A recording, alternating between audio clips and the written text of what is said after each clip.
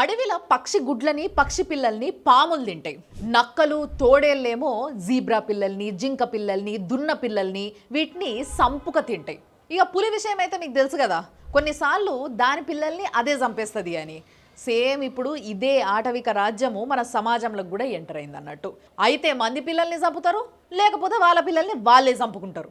UP జోన్పూర్లో Ashok అనేటోడు ఒకడు, వానికి 3 ఆడపిల్లలు వరుసగా పుట్టిర్రట. అప్పుడు లాస్ట్ ఆడపిల్లని నాకు మగపిల్లలు కావాలంటే ఆడపిల్ల పుట్టిందని చెప్పేసి గోమతి నదిలకి ఇసిరేసిండంట. అక్కడ పడవ నడుపుకునేట ఆయన చూసి జనాలకు చెప్తే తెలిసింది, కానీ కాపాడదాం అనుకునే లోపే ఆ పిల్ల చచ్చిపోయింది.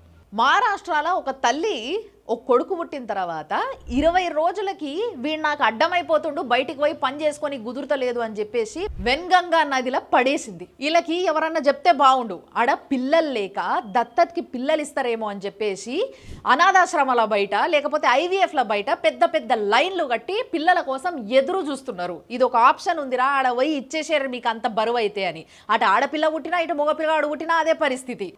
ఏం బతుకులు ఇవి, సంటి పొరలను చంపేసి ఏం బాగుపడతారు. ఇక నాసిక్ మహారాష్ట్ర ఇష్యూ అయితే మీ అందరికీ తెలిసిందే కదా. ఒక 3 ఏళ్ల పిల్లని గుంజుకపోయి ఆ పిల్లని ఒక 24 ఏళ్ల విజయ్ అనే అడ్డమైనోడు రేప్ చేసి ఒక రాయితో ఆ పిల్ల నెత్తి వల కొట్టి చంపేసిండు. అయితే అబార్షన్ల పేరుతోని పుట్టక ముందే చంపేస్తున్నారు, లేదా పుట్టిన తర్వాత తల్లో తండ్రో వాళ్ళకు అడ్డమైతుర్రని చంపేస్తున్నారు. ఇక వాళ్ళు ఇడిచేసిండ్రు మంచిగా చూసుకుంటారు అనుకుంటేనేమో ఇటు అడ్డమైన వాళ్ళు ఎత్తుకపోయి చంపేస్తున్నారు. కాపాడుకోండి, అలా కర్మకొచ్చింది, అలా సావుకొచ్చింది. ఆ పోరలని కాపాడుకోరు, చిన్న పోరు.